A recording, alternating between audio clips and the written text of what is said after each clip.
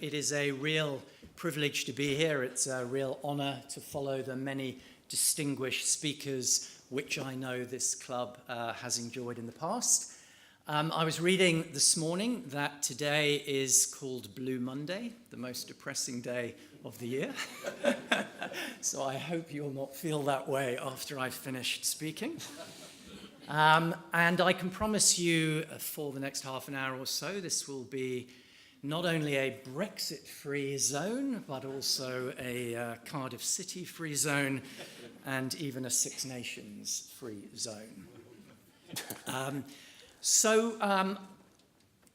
was wondering what to speak to you about, and the title of my speech, I think, is The Power of Print, which, in this digital tech-obsessed age, cynics or millennials might say that a speech so entitled should be part of a series including the future of fax machines. But honestly, it's easy to dismiss print as about as relevant as Jacob Rees-Mogg's views on Love Island. People have been writing off and writing its obituary since we first started dialing up our free serve accounts to read the news about that bright young hopeful Tony Blair and Jerry leaving the Spice Girls. But print is still here, unlike free serve, MySpace, Friends Reunited, and plenty of other websites that were supposed to be banging the nails into its coffin. And let me just illustrate for you. In fact, in the last 10 years, the circulation of print has halved, which is pretty grim. And in the same period, print advertising has actually quartered. And when I talk to my kids, they say that the only thing that a newspaper should be used for, is lighting fires or cleaning shoes. But what I hope is that by the end of my speech, you will agree that Wow.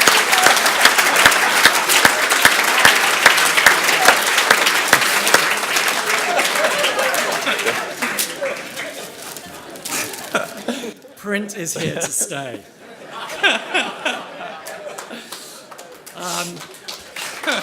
Wow. Shall I just sit down now? I've spent most of my career in print one way or another, as you heard.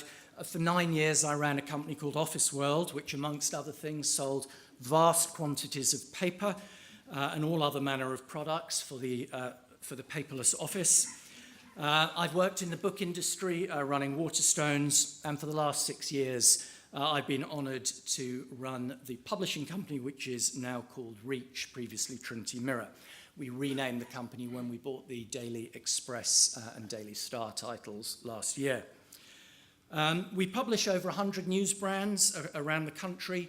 Every day, we print over 4 million newspapers. In Wales, we're very proud to publish 11 titles, including, of course, the Western Mail, South Wales Evening Post, South Wales Echo, Wales on Sunday, with a daily print readership of over 130,000. And although we're transforming to a digital-led business, print remains vital to our current economics. So this evening, I thought I would touch on the history of print, whether the future of newspapers has closer parallels with the book market or with the CD market, and why, despite diminishing circulation, printed newspapers still retain an unrivaled power and impact. But I'll also touch on how we and the industry are transforming to a digital future. So, the power of print hit its zenith in the 17th and 18th century, following the invention of Gutenberg's printing press in 1439, and the explosion of the printing industry thereafter. Suddenly, ideas and information could be spread quickly and accurately. Messages could be magnified and preserved for posterity. Scientists could share their ideas and so advance knowledge and understanding across the world. And there were profound implications for Europe's religious unity, with Martin Luther successfully using the printing press to drive the Protestant Reformation. Now that is quite an impact, genuinely world-changing. Today's equivalent is probably the advent of Twitter, which has changed the political landscape and lets us make snarky comments about the cakes on Bake Off and other things. But it was not until the beginning of the 20th century that the power of print was challenged with the invention of radio. And in October 1922, the BBC started its first daily radio service in London, presented by Steve Wright, I believe, and still going strong after 96 years, or maybe it just feels like it. After 14 years later, in 1936, the BBC started a regularly scheduled television service. And 50 years later, thanks to Tim Berners-Lee and his team of researchers at CERN in Switzerland, the World Wide Web was born, and print was never going to be the same again. But before I turn to talking about the news industry, it's worth reflecting on what's happening to printed books. In 2009, I was running Waterstones, and we'd had a pretty good year. But that Christmas, sitting under about 1 million sparkling Christmas trees, there were 1 million beautifully wrapped A4-sized boxes. And when those boxes were unwrapped on Christmas Day, 1 million Kindles suddenly sprang into life. And unlike the iPod, onto which you could transfer the music that you'd previously purchased on CDs, the only way to use your Kindle was to purchase a digital book. The people who were given Kindles that Christmas were book lovers, people who until that very moment had been regular Waterstones customers. The impact on the printed book market was immediate and dramatic, particularly adult fiction sales, which declined by over £150 million in the 5 years after that Christmas. That's an awful lot of copies of 50 Shades of Grey. But here's the really interesting thing. Digital books have found their level. And in fact, last year, physical book sales rose in the UK by 2%, which was the 4th consecutive year of growth. So what happened? Well, readers realized that they still loved physical books. Books have an intrinsic value. They make great gifts. They can be proudly displayed on your bookshelves. They can be resold secondhand or given to charities or schools. For young children, picture books are far more robust and pleasurable than handling fragile technology. It's an interesting story, but I fear that parallels with the CD market may be more relevant when thinking about the newspaper industry. So what's different about news publishing and book publishing, apart from the fact that people get very upset if we write fiction? But the main difference is the lifespan and the nature of the content itself. The strong emotional engagement that readers have with books or music makes them ideal for owning, gifting, and collecting, whereas news content is much more functional. Whereas books are consumed slowly, one by one, and do not degrade over time, and music often improves with repeated listening, the news cycle is relentless and ever-changing. Whilst yesterday's news is no longer today's fish and chip paper, yesterday's news is being constantly updated. The newspaper is out of date as soon as it hits the newsstands, and therefore has none of the longer-lasting values of a book. So in news, the printed newspaper is likely to continue to decline. Today, 5.2 million newspapers are sold each weekday. 5 years ago, it was around 8 million. And as I already illustrated, print advertising has declined by almost 50% over the past 5 years to £1.2 billion. So my day job is to ensure that we as an organisation successfully navigate to a future that is significantly less dependent on the printed product and is based upon a sustainable, profitable, growing digital news business. However, building a digital news business is not without its challenges. Just as the music album was disaggregated by iTunes into tracks, so news has been disaggregated from the newspaper bundle into individual digital news articles. A book cannot be helpfully disaggregated into chapters. This disaggregation means that physical pounds have been divided into digital pennies. But the main challenge is that people expect their news to be available online for free. In the early years of digital music, piracy was a massive issue for the music labels, with services like Napster, LimeWire, Pirate Bay, and others enabling users to exchange music files for free and without any regard for copyright. It took a while for the music industry to get hold of internet piracy, but they did, thus enabling services like Spotify and iTunes to prosper. In news, it wasn't piracy, but rather the BBC, which expanded rapidly into publishing written news stories online and for free, thereby making it very difficult for all but the most niche news publications to build a digital paid-for subscription business. Most news publishers have therefore adopted a strategy of building significant online scale and making money through digital advertising.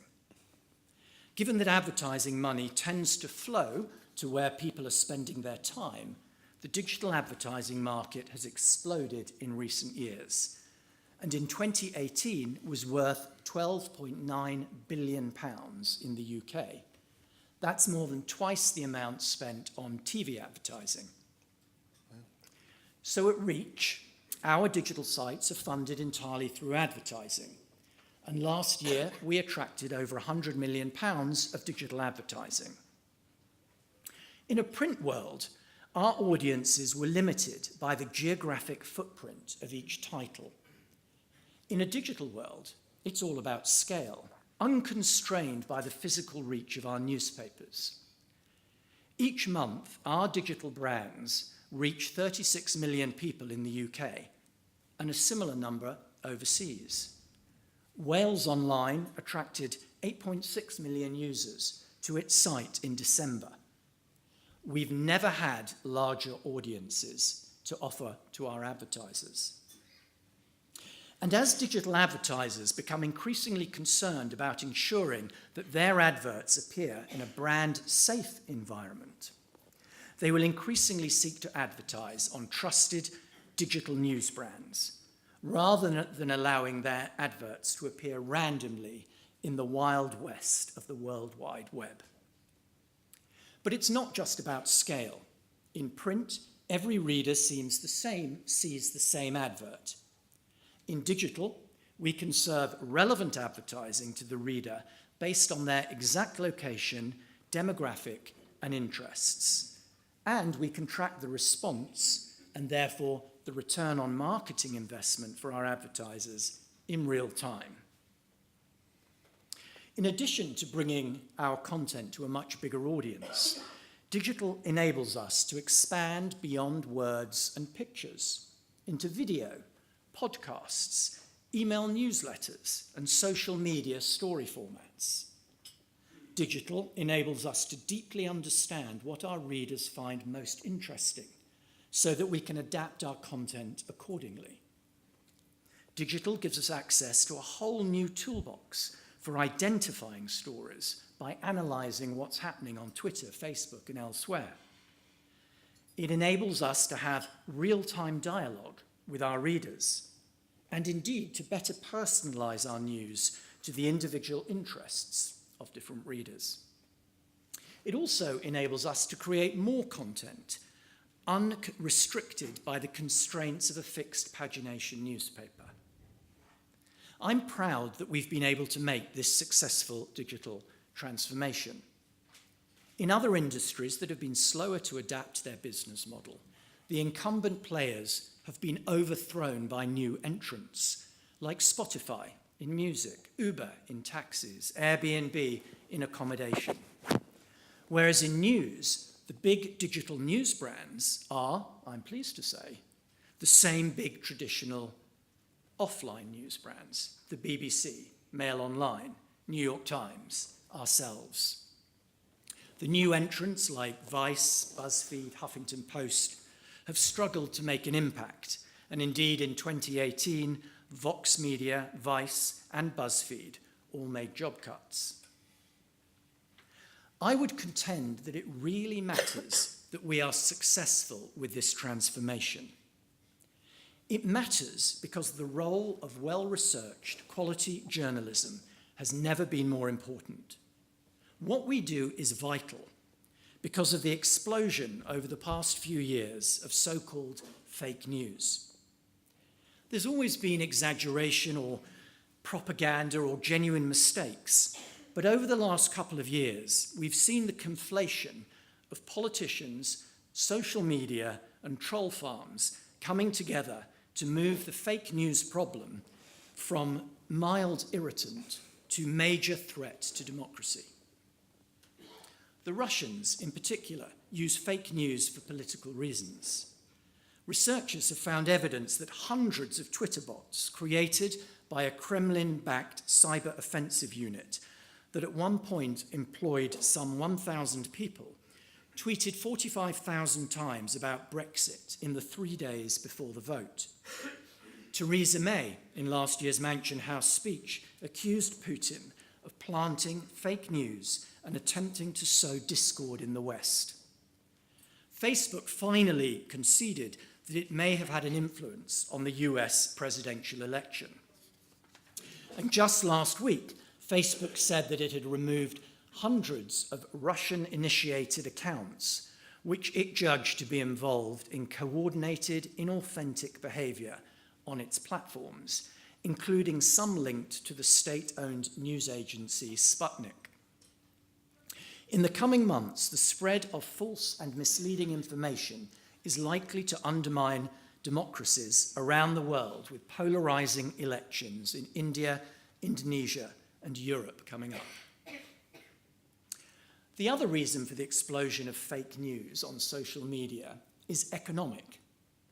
If you can write an article without the bother of needing to actually research or verify it, you can produce vast amounts of content at minimal cost, against which you can sell adverts.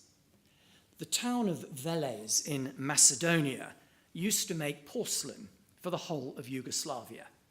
Now it makes fake news. This town is home to dozens of website operators who churn out bogus stories designed to attract the attention of Americans. Each click adds cash to their bank accounts, and the scale is industrial. At the same time as fake news is being mass-produced, real professional journalists are being imprisoned or killed.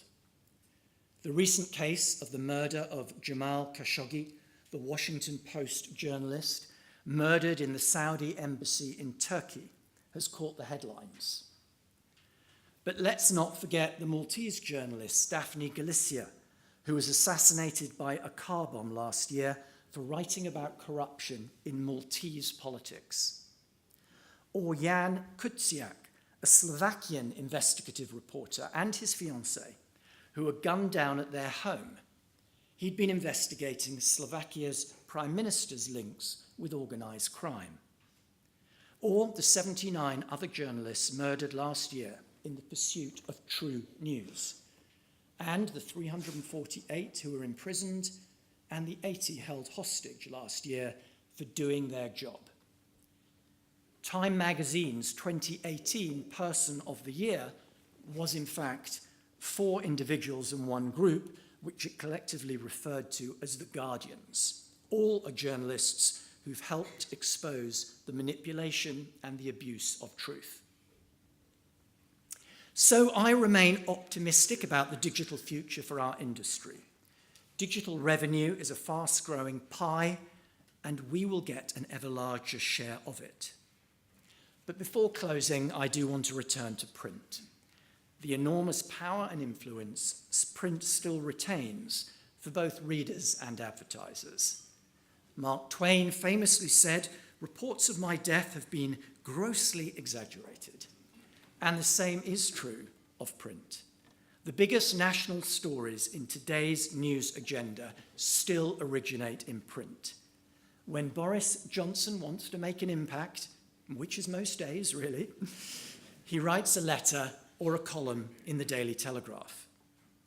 The same is true in America, with op-eds in the New York Times setting the agenda there. The moving front page photograph of a Syrian refugee child, Alan Kurdi, washed up on a beach in Turkey, changed public opinion, at least for a while, about the refugee crisis. A change in editor at the Daily Mail is seen as hugely significant for the shape of our Brexit negotiations. And newspapers and newspaper campaigns can still change the world. More than a century ago, the Daily Mirror led the campaign for more lifeboats on ships after the deaths of the poorest on board the Titanic.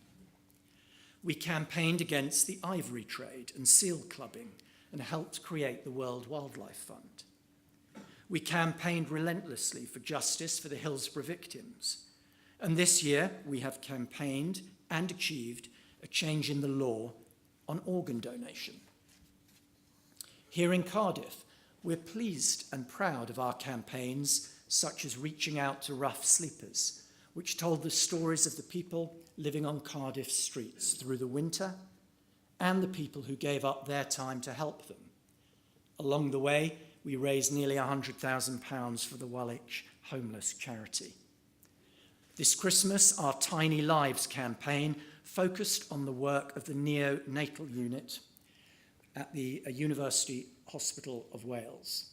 It featured a number of incredible stories and helped the Noah's Ark charity over the finishing line of its £1 million fundraising appeal.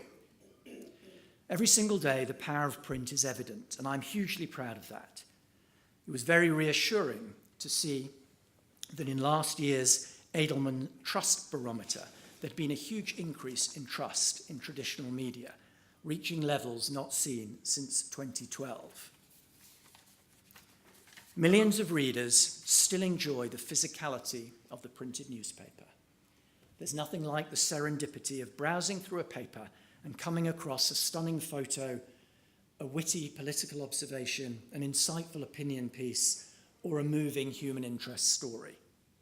There's something deeply satisfying about finishing a newspaper in the way that you can never do online. For advertisers, news brands continue to represent a cost-effective and powerful route to market.